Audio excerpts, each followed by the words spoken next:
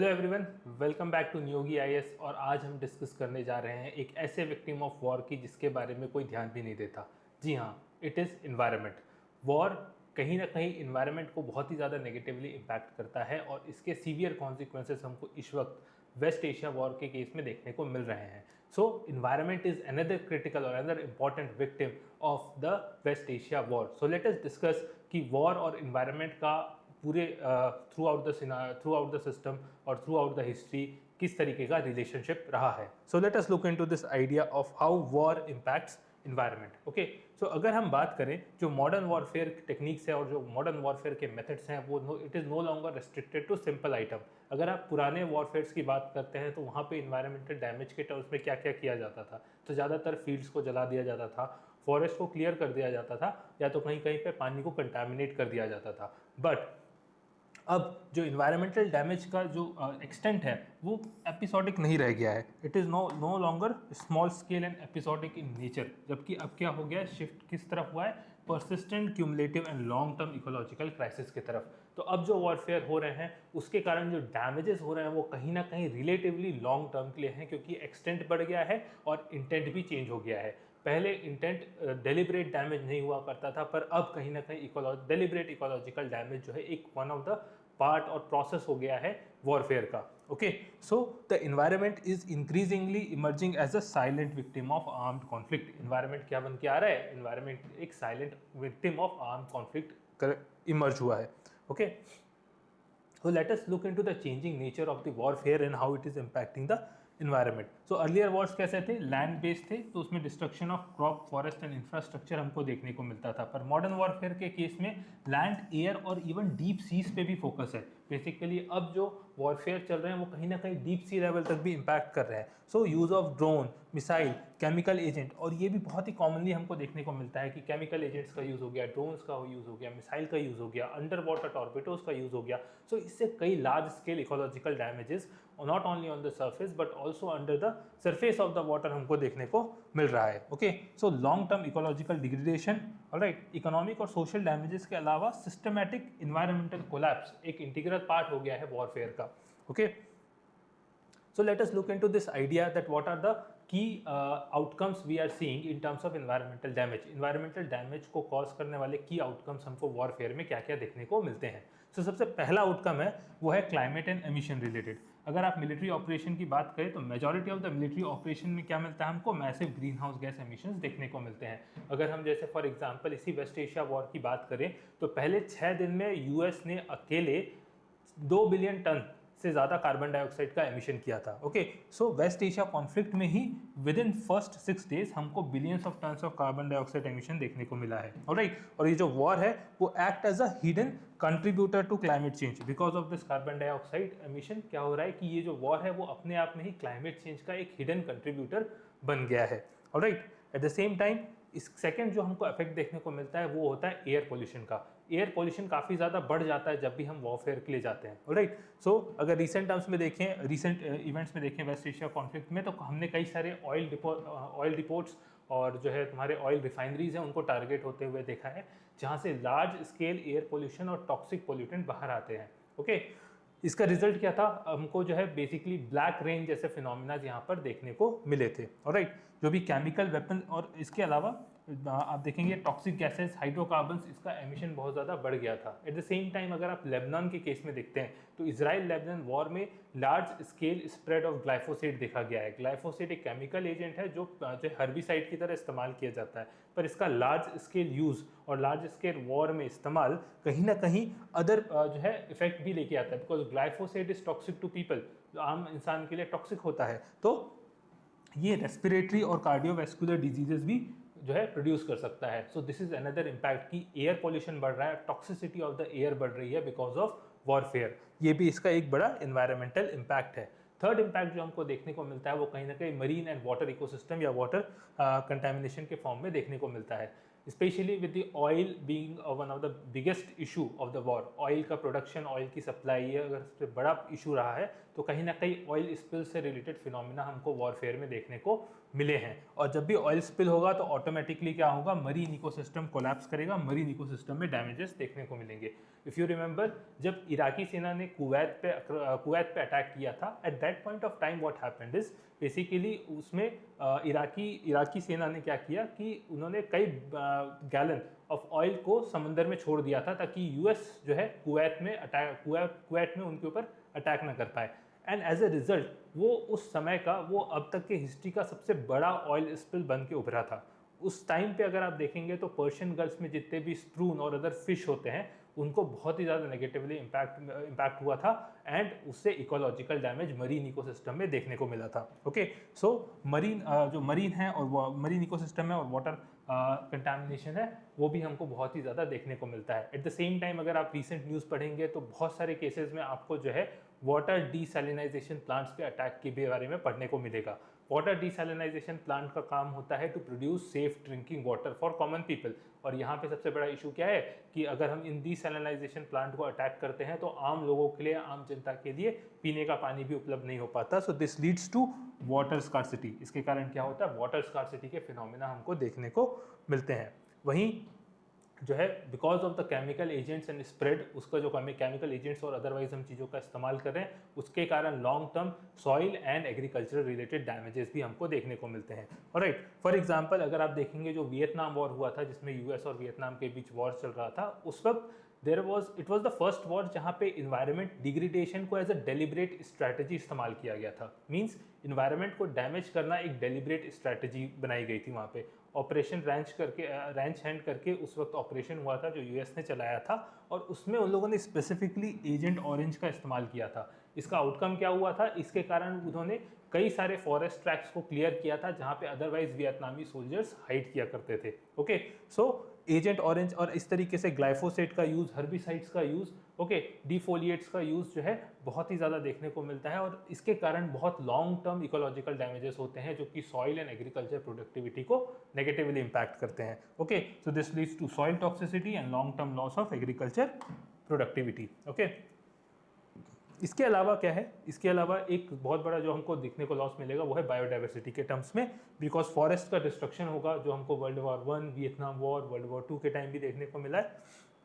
Eight the same time Ukraine और Russia के conflict में भी देखने को मिला है। Okay, basically damages the wild life habitat as well as protected area networks. Ukraine और रशिया वॉर का one of the critical element क्या था कि उस वॉरफेयर में हमको कई सारे एमरल्ड साइट्स जो हैं और कई एरिया ऑफ स्टेप्स फॉरेस्ट जो है वहाँ पे अवेलेबल है, उसमें डिस्ट्रक्शन देखने को मिला था। तो that was a negative consequences in terms of ecological and environmental damage. उससे बायोडाइवर्सिटी लॉस भी देखने को मिला, वाइल्ड लाइफ के लॉसेस भी हमको देखने को मिले थे। ओके, सो अगर थोड़ा हिस्ट्री हम ट्रेस करने जाएं तो अगर एक रफ आइडिया लेने जाएं तो वर्ल्ड वॉर 1 से लेके रशिया यूक्रेन वॉर तक डिफरेंट काइंड ऑफ डैमेजेस हमको देखने को मिले हैं।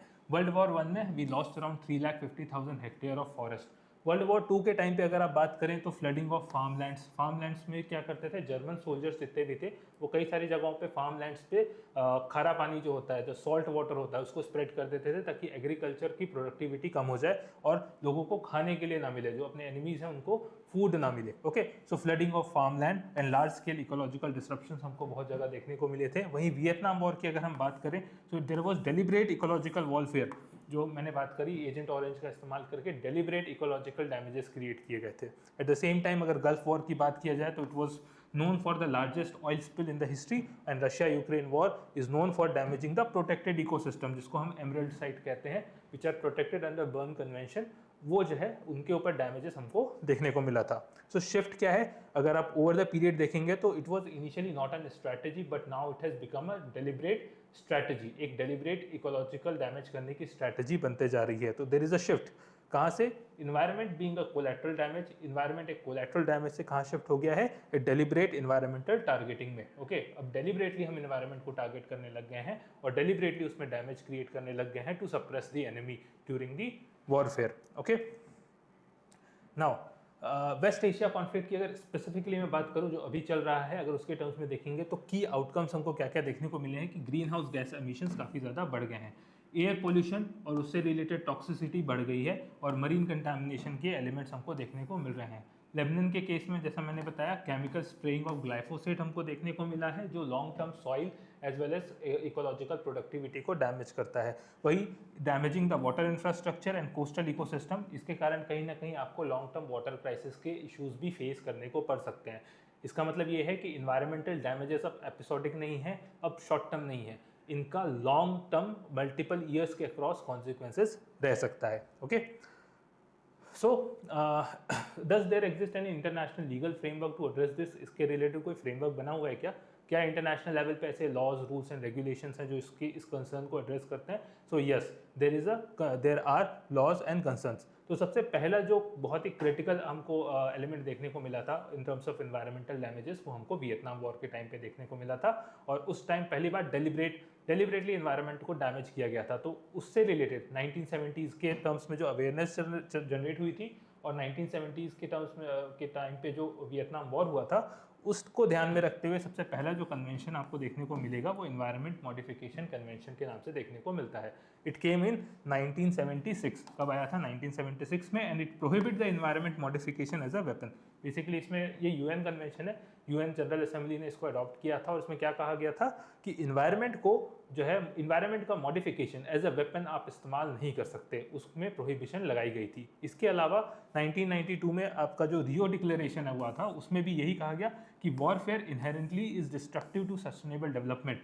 वॉरफेयर जो होता है वो सस्टेनेबल डेवलपमेंट के अगेंस्ट जाता है, and it is the duty of the states, जो भी वॉरफेयर में लगे हुए हैं ये उनकी ड्यूटी है कि वो इन्वायरमेंट को प्रोटेक्ट करते हुए अपना वॉरफेयर लड़े। Okay, this was given in the Rio declaration of 1922। Apart from that Geneva convention है, जिनेवा कन्वेंशन में एडिशनल प्रोटोकॉल लिया गया था 1977 में, और ये भी प्रोहिबिट करता है किस टर्म्स में कि जो आपका इन्वायरमेंटल डैमेजेस हैं वो कभी भी वाइड स्प्रेड और लॉन्ग टर्म नहीं होने चाहिए। जो भी आपके इन्वायरमेंट में आप डैमेजेस कर रहे हो वो डेलिब्रेट, वाइड स्प्रेड और लॉन्ग टर्म नहीं होना चाहिए। वो जो है it may be because of the warfare but can not be deliberate in nature, can not be wide spread and long term. Okay, ये जेनीवा कन्वेंशन में भी इससे रिलेटेड जो है आपके आर्टिकल्स मिलते हैं। At the same time we have Rome statue of international criminal code, और इसमें इन्वायरमेंटल डैमेजेस को as a war crime recognize किया गया है। They have recognize environmental damage as a war crime, but threshold present है। Threshold क्या है कि इन्वायरमेंटल डैमेजेस को वॉर क्राइम की तरह तभी कंसिडर किया जाएगा जब ये प्रूफ हो जाएगा कि वो जो इन्वायरमेंटल डैमेजेस है वो वाइड स्प्रेड है, वो लॉन्ग टर्म है और बहुत ही ज़्यादा सीवियर है। Okay, so while this threshold, while there exist a threshold, it is considered to be a war crime. जो इन्वायरमेंटल डैमेजेस उसको हम वॉर क्राइम कंसिडर करते हैं under international court of justice Rome statue के अंदर। Okay, then recent terms में 2022 में United Nation international law commission ने कुछ ड्राफ्ट प्रिंसिपल्स बनाए थे, कुछ ड्राफ्ट सिस्टम्स बनाए थे, और उसमें भी इसको रिकॉग्नाइज किया गया था कि यू हैव टू कवर और provide protection to environment, environment को प्रोटेक्शन प्रोवाइड करने की ज़रूरत है before, during and after the conflict. Before, during and after the conflict environment को प्रोटेक्ट करना कंपलसरी है। ओके, ये इन्वायरमेंट क्या क्या इंक्लूड करेगा? तो प्रोटेक्टेड जोन इंक्लूड करेगा और इंडिजीनियस इकोसिस्टम, इंडिजीनियस मतलब लोकल पॉपुलेशन वाले जो इकोसिस्टम्स हैं वो दोनों इसके अंदर इंक्लूडेड होंगे। ओके, बट इशू क्या है, it is just a draft principle and it is non binding in nature. अभी तक ये नॉन बाइंडिंग रहा है। ओके, सो की लिमिटेशंस के टर्म्स में बात करें, what are the key limitations of the current framework, क्या इश्यूज हम फेस कर रहे हैं?